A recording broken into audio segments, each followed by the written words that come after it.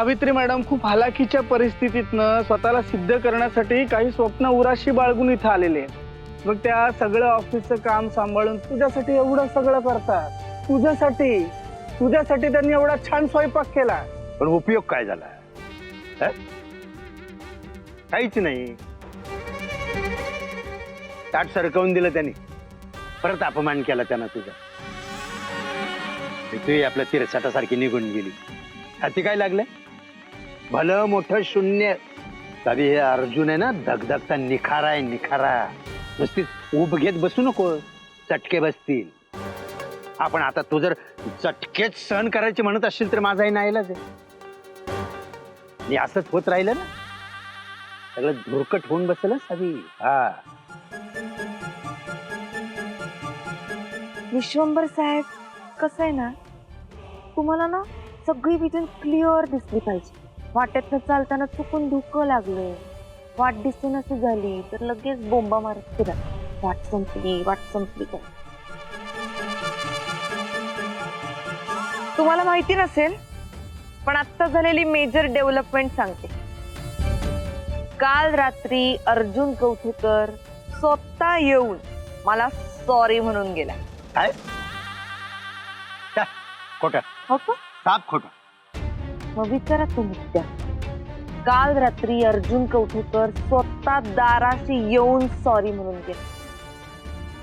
आणि फक्त सॉरी नाही, गुड नाईट करून स्माइल देऊन गेलाय. ही विहीर साक्ष आहे.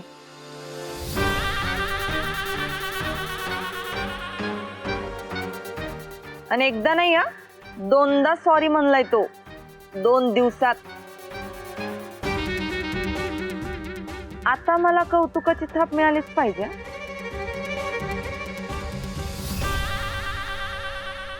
जास्त उरळून जाऊ नको. पुढे काय? पुढे काय म्हणजे? ओ विश्वंभर साहेब, सगळे प्रश्न सोडवले की सुटत नसतात, काही सोडले की आपोआप सुटतात. आता कुठं जाऊन हसलाय. हसण्यावर जाऊ नको. हसणं नाही, फसला पाहिजे तो. कळलं का? काही करून त्याचं सेक्रेटरी पद परत मिळवलंच पाहिजे. कळलं? अरे पण का? फडके आहेत ना, बघ फडकेची सवय आहे मला. त्यांचं आणि माझं ट्युनिंग जास्त चांगलं आहे. अरे अर्जुन, पण फडकेंना तू किती वर्ष त्याच पदावर ठेवणार आहे? त्यांची ग्रोथ नको का व्हायला? आणि ट्युनिंगचं म्हणशील तर तुझं आणि सावित्री मॅडमचं सुद्धा खूप चांगलं ट्युनिंग आहे. हा. अरे तू त्यांना जाऊन सॉरी म्हणाला, खूप मोठी गोष्ट आहे. अरे तू साधं माणसांकडे बघून हसत सुद्धा नाही, निदान त्यांच्याशी गरजेपुरतं बोलतोस तरी. नाही, पण नुसतं गरजेपुरतं बोलून चालणार नाही. मैत्री व्हायला पाहिजे. त्या मैत्रीचं रूपांतर ना प्रेमात व्हायला पाहिजे. हा. मोना मामी आणि तुमचं लव्ह मॅरेज आहे काय? तो एक फसलेला कोकण दौरा होता. तुला इथे काय आमच्या आयुष्यात घुसण्यासाठी बोलवलेलं नाहीये, अर्जुनच्या आयुष्यात घुसण्यासाठी बोलवलंय. काही करून त्याचं सेक्रेटरी पद मिळवलंच पाहिजे. कळलं?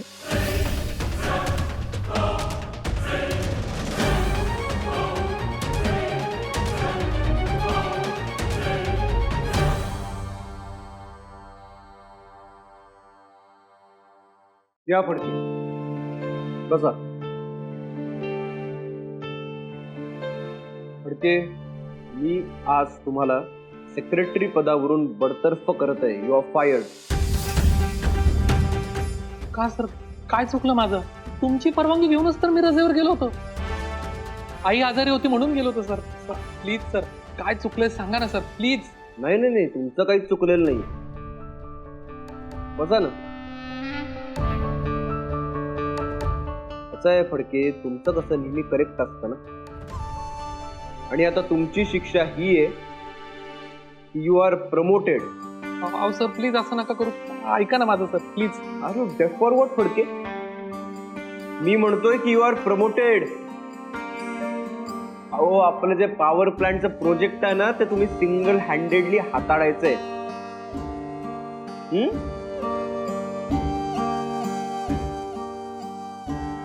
हो सर, थँक्यू.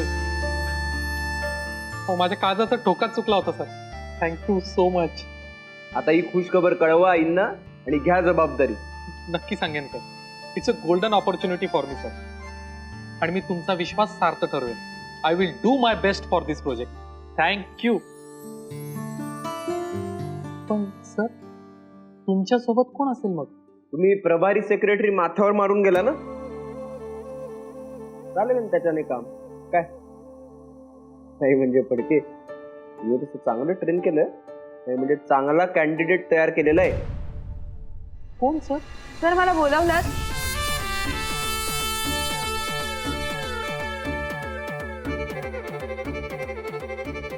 या मिस वशिला.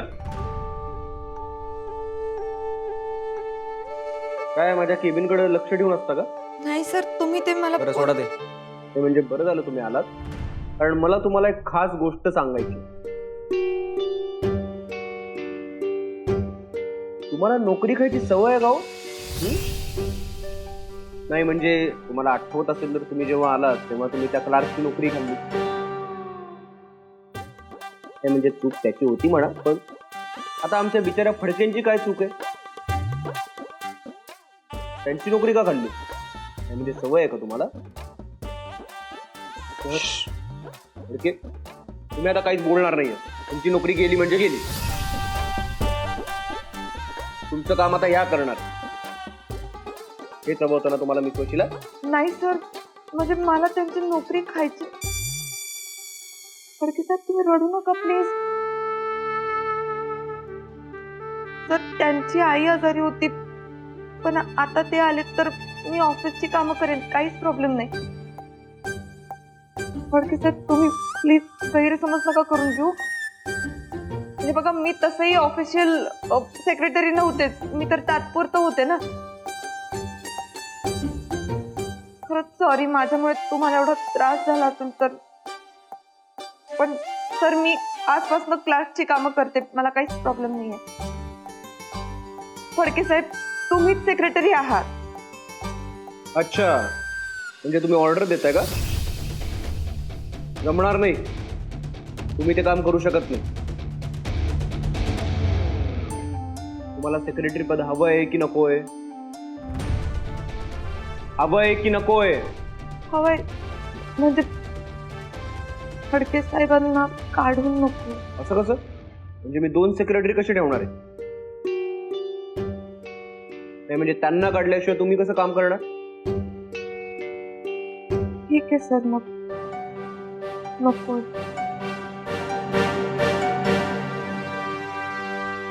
अच्छा, म्हणजे आता तुम्हालाही काम करायचं नाही. फडके, एक काम करा. नाही म्हणजे तुम्ही ना आता मला एक माणूस सुचवा.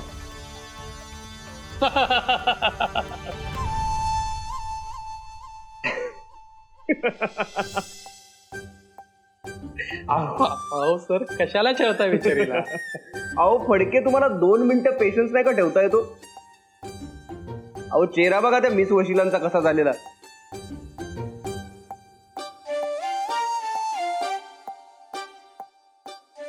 काय काय झालं म्हणजे? का हसता?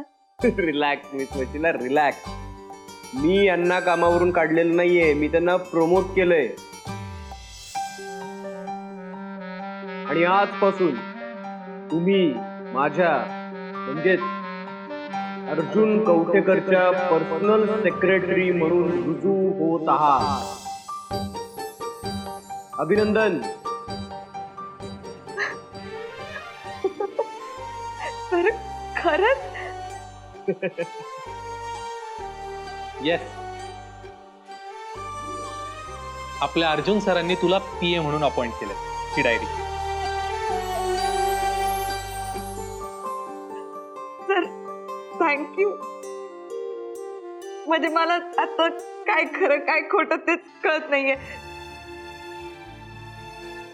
सर तुम्ही फडकेंना खरंच प्रमोट केलंय? येस, डोंट वरी. अर्जुन सरांनी आता मला मोठी जबाबदारी दिली आणि आता तुझी पण मला मदत लागणार आहे बरं का. हो, अभिनंदन करा फडकेंचं. आपला जो पॉवर प्लांटचा प्रोजेक्ट आहे तो आता फडके सिंगल हँडेडली हाताळणार आहेत.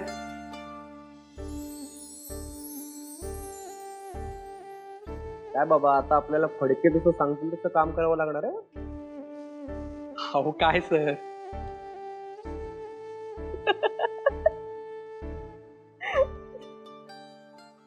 हो नुसतं खिदळत काय बसलंय? आपल्याला मंदिराची मीटिंग आहे, चला. हो सर, मी आलेच ड्रायव्हरला गाडीचा. सॉरी, म्हणजे मी खाली. नाही, हा ड्रायव्हर आहे ना, तो काढेल का?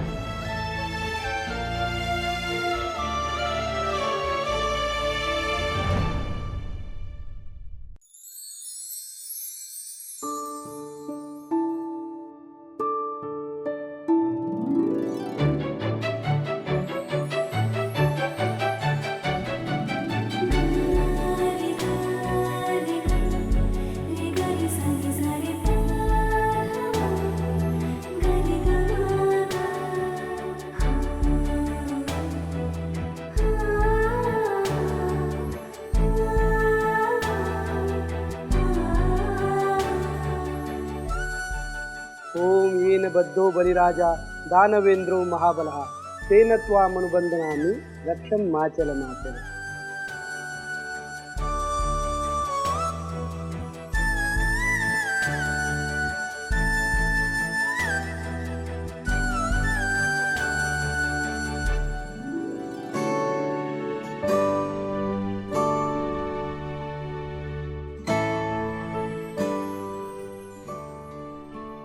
भैरव देवाच्या नावानं सांग भलं. भैरव देवाच्या नावानं सांग भलं. भैरव देवाच्या नावानं सांग भलं. भैरव देवाच्या नावानं सांग भलं. भैरव देवाच्या नावानं सांग भलं. भैरव देवाच्या नावानं सांग भलं. भैरव देवाच्या नावानं सांग भलं. भैरव देवाच्या नावानं सांग भलं. भैरव देवाच्या नावानं सांग भलं. भैरव देवाच्या नावानं सांग भलं.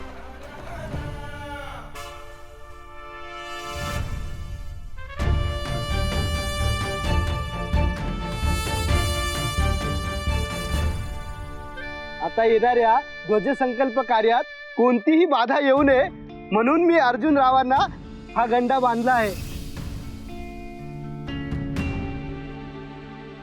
आपण सर्वजण याला खूप शुभ मानतो.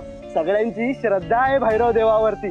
जोपर्यंत हा गंडा हातात आहे तोपर्यंत कुठलेही संकट यांना काहीही करू शकणार नाही. शत्रूवर आणि संकटावर ते विजय प्राप्त करू शकतील. याला धार्मिक कारण आहे, तसं वैज्ञानिक कारण सुद्धा आहे. या गंड्यामुळे आपलं स्वास्थ्य ठीक राहील. ब्रह्मा, विष्णू, महेश, माता लक्ष्मी, पार्वती, सरस्वती या सर्वांची आपल्यावर कृपा राहील. बोला भैरव देवाच्या नावानं सांग भलं. भैरव देवाच्या नावानं सांग भलं. अर्जुन साहेब, भैरवाची यात्रा जवळ आलीये. या वर्षीचा मान तुमच्या घराण्याकडे आहे.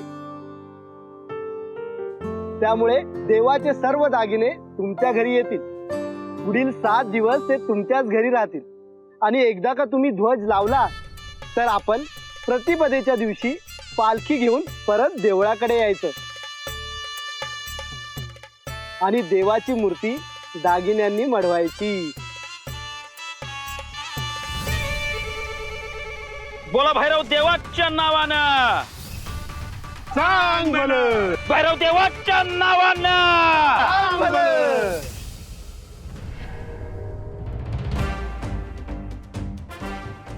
त्याला कामच काम ते आमचे बंधू बलराम. हसायला काय झालं? काय मी विनोद केला? हसायचं नाही. बंधू आहेत ते आमचे. खरं तर माझी मनापासून इच्छा होती की हा जो गंडा आहे हा आमच्या बंधूंच्या हातात असावा. म्हणजे आमच्या बंधूंनी हा ध्वज वरती जाऊन रोवावा. कारण त्यामुळे त्यांच्या पुण्याईमुळे आपल्या गावाचं भलं झालं असतं अशी माझी मनापासून इच्छा आणि श्रद्धा होती. काय करणार, पाय दुखावला, हातालाही दुखापत झाली. म्हणजे मी आमच्या बलरामाला नेहमी सांगत असतो, अरे बाबा दमाने घे, दमाने घे. पण रग काही जिरत नाही आमच्या बंधूंच्या अंगातली. काय बाळासाहेब, रग फार आहे ना आमच्या बंधूंच्या अंगात. नाही म्हणजे मला असं वाटतंय की त्यांचीच अशी इच्छा आहे की मी हा झेंडा वरती जाऊन रोवावा. आता काय करणार, त्यांचीच जर अशी इच्छा असेल होतो बाबा.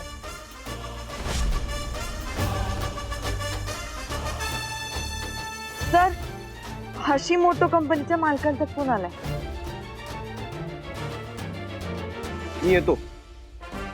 बोला भैरव देवाच्या नावानं, बोला भैरव देवाच्या नावानं, बोला भैरव देवाच्या नावानं.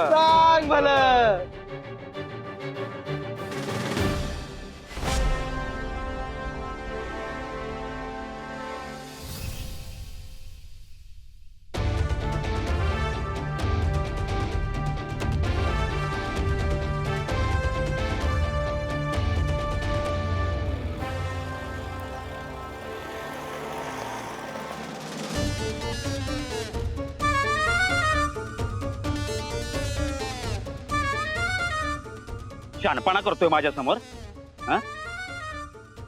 सगळ्यांसमोर हातात गांडा बांधलाय. हातपाय नीट असतं ना, सगळ्यांसमोर उलटा टांगून हाणला असता ह्याला. नुसती चिडचिड चिडचिड चिडचिड. अहो चिडचिड करून काही उपयोग होणार आहे का बलरामराव? ते काय म्हणलं होतं तुम्ही गाणं? साथी हात बढाना. दोन लांगड्या माणसांनी एकत्र येऊन तंगड घातलं ना, कसा घरंगळत जातो बघा तुमचा सावत्र भाऊ. लंगडा कुणाला म्हणताय हा? पाटील, शब्द जरा जपून वापरायचा.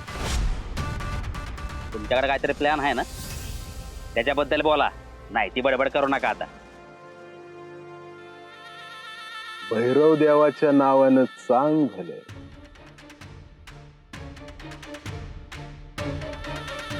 देवाचे दागिने उद्या तुमच्या घरी येणार आणि यात्रेच्या दिवशी देवाच्या अंगावर चढवले जाणार आहे. पण यात्रेच्या अगोदरच दागिने गायब झाले तर कोण चोरणार आहे? हा? कुणाची एवढी हिंमत आहे? आमच्या घराण्याच्या इज्जतीचा सवाल आहे. मी दागिनं चोरलं पाटील, हात मोडून गाळ्यात दिले एकेकाच्या मी. दागिनेच्या सुरक्षेची जबाबदारी कोणाची? तुमची की अर्जुन कवठेकरची?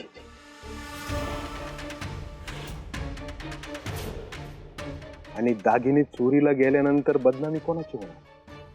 तुमची का अर्जुन कवठेकरची?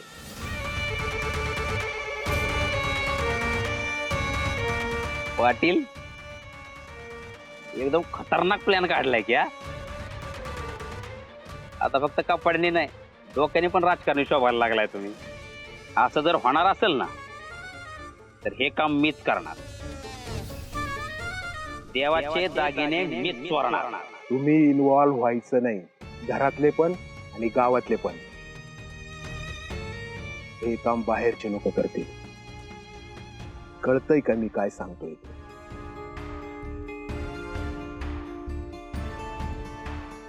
एकदा का दागिने चोरीला गेले की अर्जुन कवठेकरचं नाक ठेचलं जाणार आणि माझ्या अपमानाचा बदला घेतला जाईल.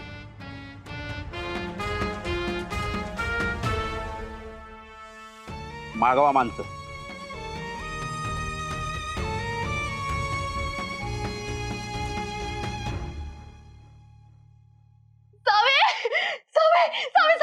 मी ऐकलं ते खरंय का? आता ते खरंय का खोटं हे मी ऐकल्याशिवाय कसं कळेल मला? मी काय म्हणत होते? काही म्हणू नको सत्ता, मला लई अर्जंट काम आहे चमकी. वेळेत नाही पाठवलं ना तर तिरसटला तर बोंब मारत बसेल. आता कुठे गुड बुक मध्ये जाते, त्याच्या बॅड बुक मध्ये जायला वेळ नाही लागत. तुला पण माहितीये, गप्प बस. मी काय म्हणते, तू काम करत करत ऐक ना माझं प्लीज. प्लीज बोल. मी ऐकलं आपल्या भीमा सदन मध्ये देवाचे लई मोठे दागिने येणार आहेत म्हणे. काय काय सांगालीस? होय मामा, लई मोठं सोनं येणार आहे, ते बी 7 दिवसासाठी भीमा सदन मध्ये. किती दागिने असतील रे मामा? अगं चमके, परंपरेचे दागिने आहेत ते. ते काय ग्रॅम मध्ये आणि तोळ्यामध्ये मोजायचे नाहीत, ते डायरेक्ट किलो मध्येच मोजाय पाहिजेत. अबो सावे, खरंच किलो मध्ये असतील का ग? किती का असे ना, आपल्याला काय करायचं? मामा बरं सावे, तुला थंडी तापत नाही भरला? अगं आपल्याला काय करायचं म्हणजे, आपल्याला नाही तर कुणाला करायचंय? चमके, इथं चोरी करायला नाही आलो आपण. इथलं काम वेगळं आहे. आपलं काम झालं की कल्टी मारायची, माहितीये ना? हे म्हणजे सौ चुळे खाके बिल्ली काय समजत ते समजा.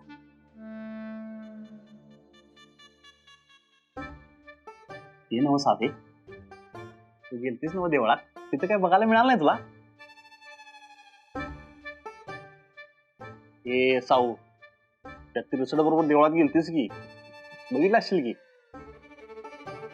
मी काय म्हणतोय, तुला काय ऐकायला तरी मिळालं तिथं? मला माहित नाही, आणि त्या दागिन्यांमध्ये मला काहीच इंटरेस्ट नाही.